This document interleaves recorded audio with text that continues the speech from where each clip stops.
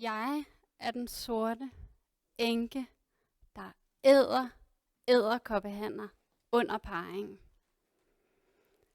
Jeg er ikke den sorte enke, men akkurat som edderkoppehunden, så tiltrækker jeg en kæreste for at tære på hans energi. For jeg er afhængig af min kærestes kærlighed for at føle mig hel. Min første edderkoppehan i rækken, det er Alex. Jeg er 14 år gammel og alt overskyggende forelsket i ham. Den første kærlighed, kan I huske den? En følelse så intens, at resten af verden kan vente. Det er sommer, og Alex og jeg er på Fisketorvet i København. Vi står på rulletrappen på vej ned mod Glitter. Mit hjerte hamrer, og jeg bobler af lykke. Hånd i hånd går vi ind i Glitter, som er fyldt til randen med hårpynt, tasker og de smukkeste smykker. Ud af øjenkrogen ser jeg Alex køber noget. Lidt efter står vi i Elgiganten, og midt imellem alle fjernsynene falder Alex på knæ og siger: sammen med dig giver alting mening. Jeg elsker dig i dag, i morgen og for altid. Vil du være min for altid? 14 år gammel. Og ligesom jeg ikke tror, at livet kan blive bedre, så trækker Alex sit indkøb for Glitter op af lommen. En perfekt ring. Mit hjerte galopperer. Det sitrer i min krop, og jeg hører mig selv sige: ja! Yeah! Sådan ser jeg ud, den sorte enke, når jeg er fuldt opladet af min kærestes kærlighed. Men højt at kravle, dybt at falde. Forestil jer en ganske almindelig tirsdag eftermiddag. Jeg sidder på mit værelse, og jeg venter desperat på, at Alex kommer hjem fra fodbold. Det sluttede for 12 minutter siden, og det tager kun 7 minutter at gå hjem fra klubhuset til mig. Jeg har regnet ud, at når bare han går direkte hjem fra fodbold, så kan vi være sammen i 15 minutter, inden han igen skal nå bussen hjem til sin far.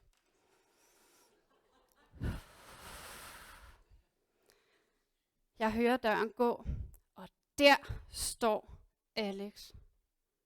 Hvorfor kommer du først nu? Spørger jeg, selvom jeg er fuldstændig ligeglad med, hvad han har tænkt sig at svare. For jeg har kun ét mål, og det er at få ham til at forstå, hvor led han er, så jeg fortsætter. Hvordan tror du selv, det føles at være et flygtigt busstoppested på vej hjem til din far?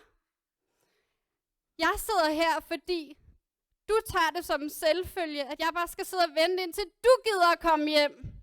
Du overholder ikke vores aftale.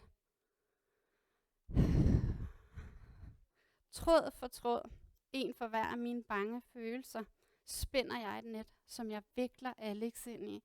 For min overlevelse, den afhænger af hans kærlighed. I 2 år er jeg den sorte enke, der bid for bid æder Alex. Men så sker der noget. Vi starter på hver vores skole. Nu kan vi ikke længere være sammen hele tiden. Jeg mærker, hvordan Alex han vikler sig ud af min net og generobrer sit liv. Han kommer ikke længere direkte hjem fra fodbold, og han laver planer uden mig i weekenden. Mit spindelvæv, mit trofaste sikkerhedsnet, som skal sørge for, at jeg ikke mister ham, er en illusion. For lige der ser jeg, at det kvæler min og Alex's kærlighed. Alligevel gør det ondt, helt ind i knoglerne, da han siger: jeg elsker dig, men jeg kan ikke mere. Lige der bryder min verden sammen, og jeg lover mig selv aldrig nogensinde at blive så afhængig af en kærestes kærlighed igen. Jeg lægger låg på min længsel om og elske lige så frit som den dag i Elgiganten.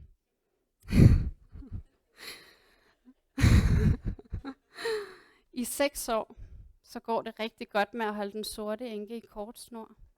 Men så sker det igen. Jeg forelsker mig i Michaels intense brune øjne, som er fulde af smil. 22 år gammel.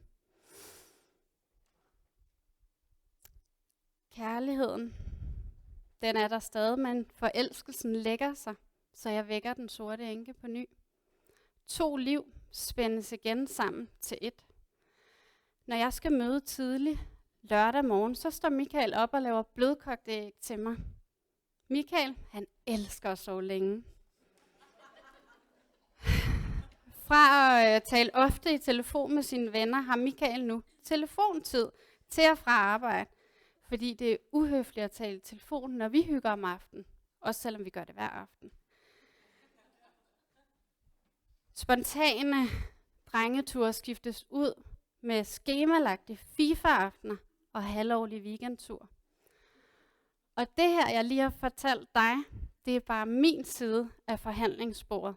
For måske du kender den her forholdskontrakt, hvor I bliver enige om, hvad I gør, og vigtigere, hvad I ikke gør i jeres forhold. Vi kalder det at slibe kanter af.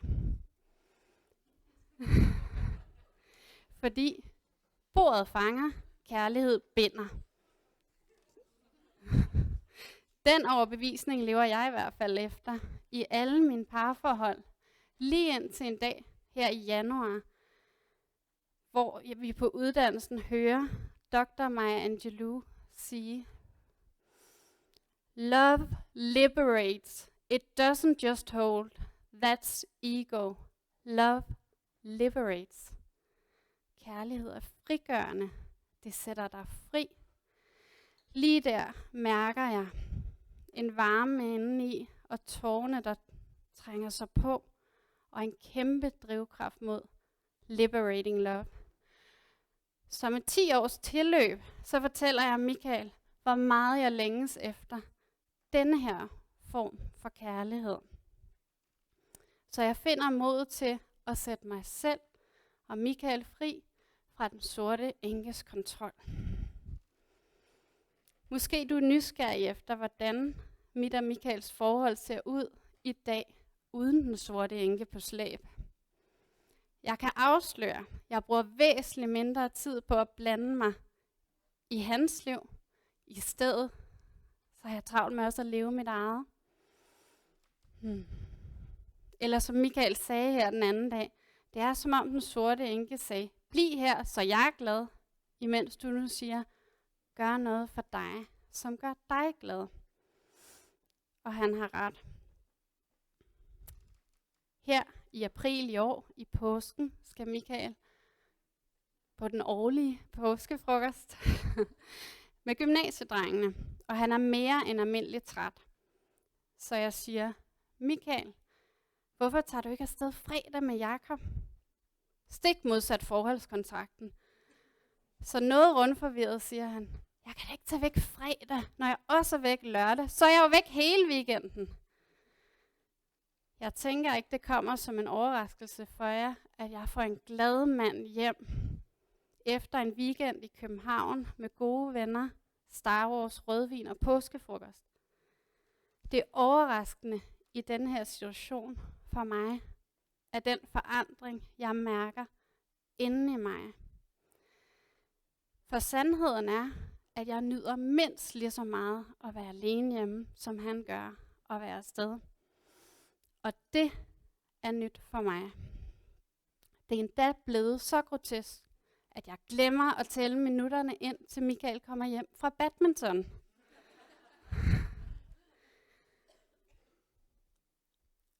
Det her er små hverdagssituationer, som for mig er beviser på, at jeg har set det frigørende i det modsatte af kontrol.